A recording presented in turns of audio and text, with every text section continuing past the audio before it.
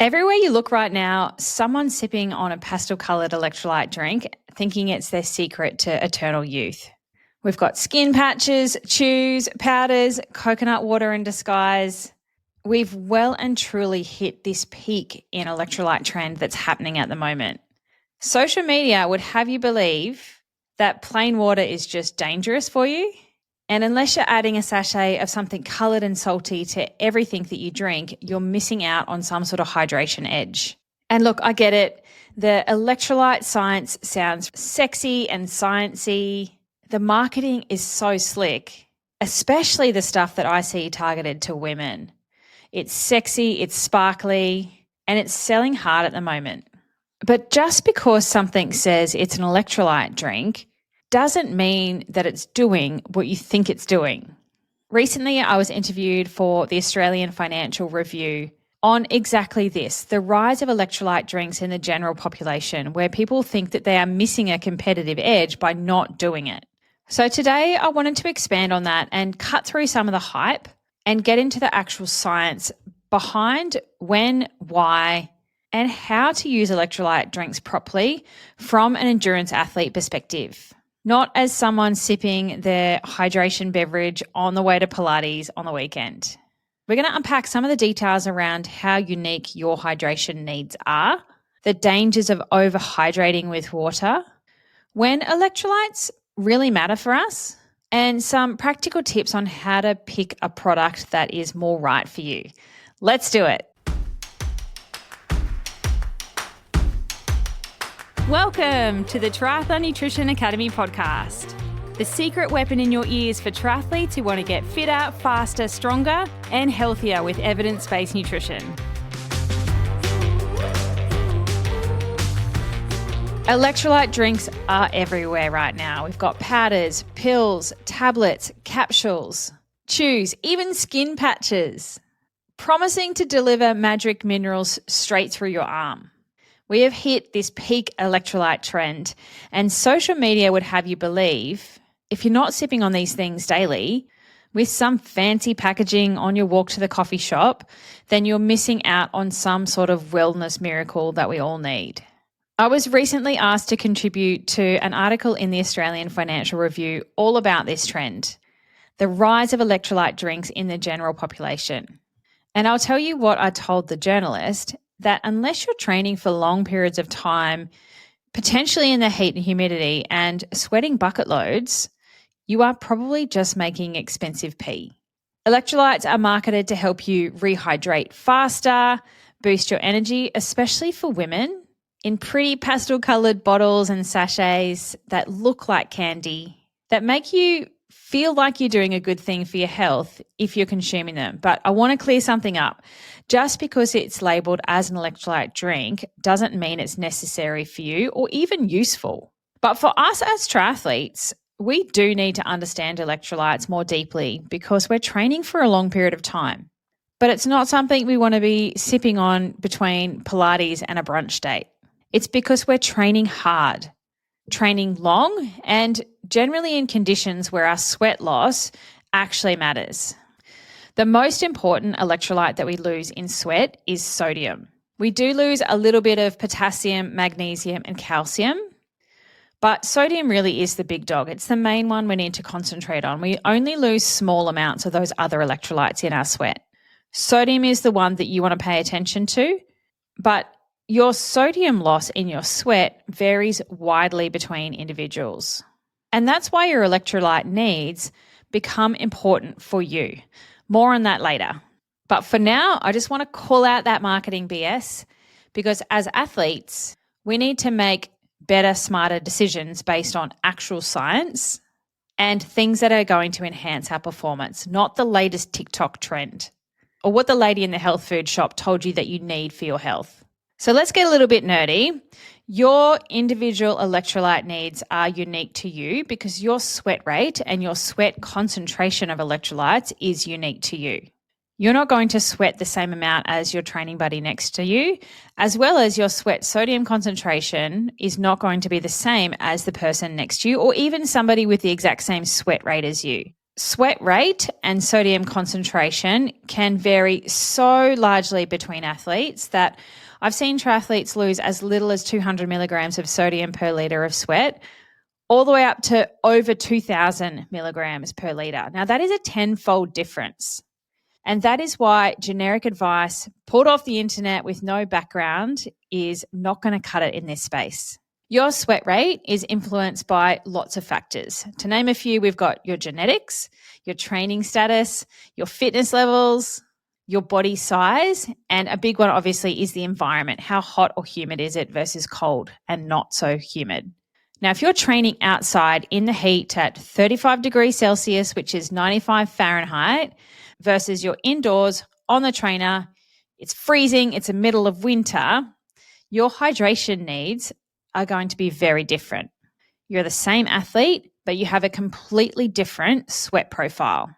Some of you might have noticed that you've got little salty crusts on your knicks or on your running singlets after you do a long session, whereas others look like they've barely broken a sweat.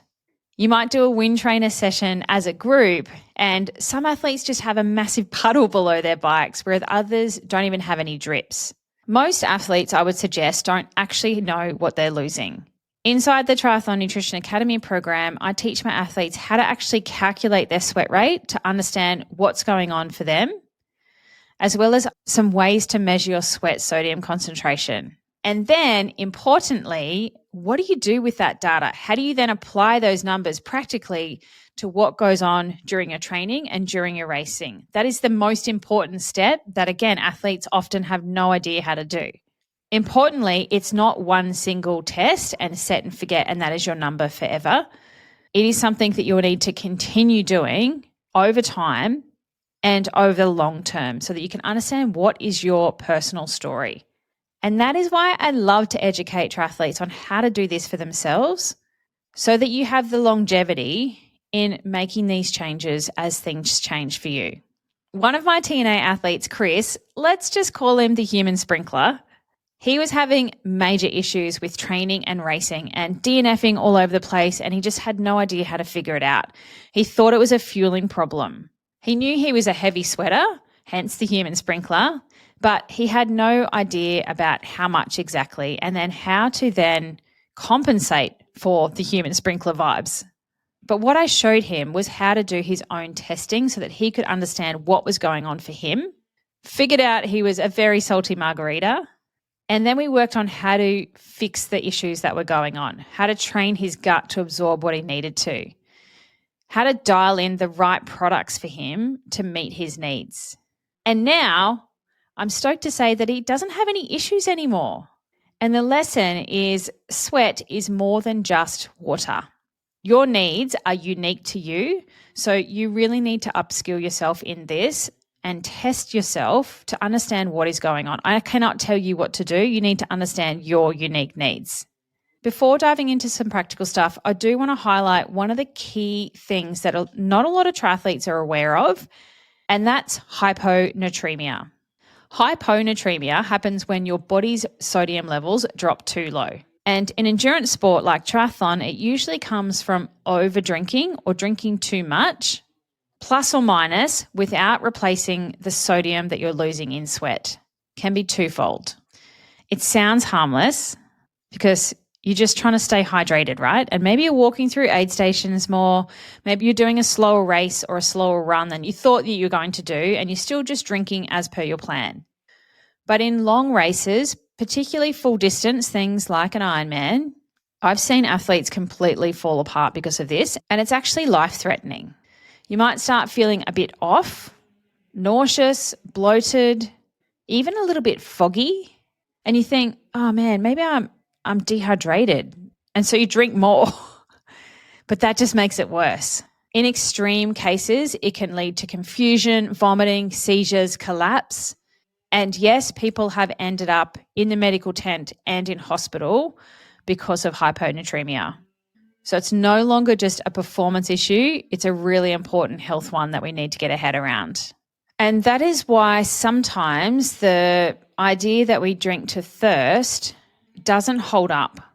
because we can have the best of intentions and think we're doing a great job of preventing dehydration, staying hydrated, but there's this full end of the spectrum of being dehydrated and then overdoing it with fluid intake as well. And we want to avoid both ends of that spectrum.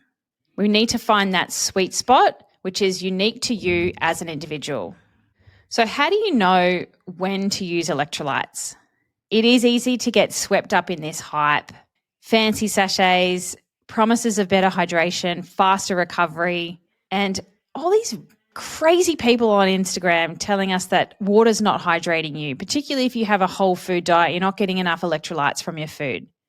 A good rule of thumb, and something that was shared in the Australian Financial Review article, is that if you're training for longer than about 4 hours, or it's hot, or you're a heavy or really salty sweater, then electrolytes are going to matter for you. There's a new review paper published this year, 2025, that I can link in the show notes if you do want to get nerdy, that dove into that balance between fluid and sodium. A lot of the issues that athletes struggle with, like cramping, gut upset, hyponatremia, come from this mismatch of what you're losing versus what you're putting back in for replacement. If you are just smashing back litres, ounces of plain water during long sessions without replacing sodium, then you are potentially setting yourself up for disaster. But importantly, what this review also reinforced was that athletes don't need to be replacing sodium on a daily basis. We can get more than enough through food alone, especially if we're eating properly as a triathlete. We're not restricting ourselves all the time. Because, fun fact, there is more sodium in 2 slices of bread than there is in a bottle of Gatorade. So when are electrolytes going to help us? Long sessions, hot and humid conditions, high sweat rate athletes, and those that have like that salty crust on their clothing, and race day for longer course events like 70.3 full distance racing. Outside of that, unless you're any of those things, then water is probably okay, as long as you're eating food and electrolytes that come from food. You need to remember that the electrolyte piece of the puzzle is a tool in your toolkit. It is not a magic pill and not a magic fix. Just like that example with Chris, it's multifactorial, and it's really understanding you and your needs to get to the bottom of what is causing the problem so that we can then move forwards and fix it. We want to make it based on you, not some random Instagram influencer's morning routine. Okay, so we figured out like when to use electrolytes. We know we need to understand our unique needs. The other piece of the puzzle is how on earth do you figure out what electrolyte product to use? There are so many different options. It's hard to navigate through the millions of choices that we have because the shelves are just flooded with options, and more so now than they used to be. You've got powders, you've got tablets, you've got capsules, you've got drinks, you've got dissolvable strips, you've got lick things that a certain lick is a certain amount of milligrams of sodium. God knows how you figure that out, because what if somebody's surface area of their tongue is bigger than someone else's? Anyway, these are the things that I deliberate. But whichever option you're looking at, they all claim to be the best. But not all electrolyte products are created equal. The first thing you want to look at is sodium. Obviously, if we're talking about electrolytes and replacing sweat losses, then sodium is the big player here. So check sodium content. If your sweat rate is really high and your sweat sodium concentration is really high, then you're going to want and need a different product to somebody that is a not very salty sweater. And if it's got a little bit of sodium in it, but nothing to kind of write home about, then it's probably not worth your time if it's not going to come anywhere close to meeting your sweat needs. So check the sodium content first and foremost. The next thing you want to have a look at is the sugar or the carbohydrate content. Now, depending on what we're using it for and when, we might make different decisions here. If you're using your electrolytes like a full-on sports drink, a carbohydrate-containing liquid that has electrolytes in it as well, then that is a different conversation compared to just electrolytes with no carbohydrate in it and it's artificially sweetened. So check the label, see if it's providing carbohydrate, whether you need them or not, if it's serving a fueling purpose or not, and then make sure you factor that into your overall race plan as well. And that might help you decide whether that product is right for you or not. The delivery format, I think, is a big one, and people do chop and change and figure out what works best for them. Some people like the all-in-one sports drink, fueling electrolyte thing. Other people like that salt lick thing that I mentioned. Other people like capsules or tablets. The world is really your oyster when it comes to electrolyte replacement, and it might take a few goes to understand what actually feels good for you. Some people find that the capsules, they just feel with, and that's totally okay because there's lots of ways to skin a cat. You might also look for something that is really portable and easy to travel with if you're doing racing and training away from home. So finding a type of product that you like to use as well as what it's providing is key. You definitely want to avoid the fairy dust products. And these I call fairy dust because they have a little bit of every electrolyte known to man in them so that they look super impressive on the label, but really they're doing jack shit to provide any decent amounts of sodium that are going to help us. Like I said right in the beginning, your other electrolytes that you lose in sweat, like your magnesium, potassium, calcium, we do lose them, but we don't need to look at significantly replacing them. And some products have huge amounts of these things in them as well, and we need to make sure we're not actually exceeding our requirements for them too. Finally, we want to choose something that is palatable to us. There is no point having this perfectly concocted thing on paper if you can't actually consume it. If it is so salty, it's like drinking seawater. If you don't like it, you're not going to drink it. And then you run the risk of being underhydrated anyway. So find something that you enjoy, that you tolerate, and meets your needs for the conditions that you're training and racing in, particularly in the heat. So that's your really brief crash course in choosing the right electrolytes. Please don't fall for shiny packaging and all these fluffy claims that you can't make sense of. Choose a product that matches your specific sweat needs, your race conditions, and your body. And if you need help building that personalized hydration strategy, actually based on your data, that is exactly what I can teach you inside the Triathlon Nutrition Academy. So there you have it, a bit of a dive into all things electrolytes. Hopefully now you can see past all of that marketing BS and understand your unique hydration needs a little bit better and know where you need to go to get the right answer. Electrolyte drinks aren't bad, but they're also not a magic pill. And we need to be much more strategic around the types of products we're using, how much we're taking, and when we're using them so that it is specific to you. They are great tools, but it is a tool that you need to understand properly based on your training load, your sweat rate, your sweat sodium concentration, and your racing conditions for your key race that you're planning to do. So if you are serious about dialing in your entire hydration strategy and everything else that goes with triathlon nutrition, that is exactly what I can help you do inside the Triathlon Nutrition Academy program. We go beyond the basics that I'll only ever talk about on the podcast, teaching you how to actually calculate it specific for you, test your sweat sodium, and apply it all to build a personalized hydration plan that aligns perfectly with your entire race plan for the real world. So if you're ready to stop guessing and start actually getting results, head to dietitianapproved.com/academy and register your interest in our next intake. And until next time, skip the fairy dust, please. Use your brain. You're an intelligent person. Use those electrolytes strategically. See you next week.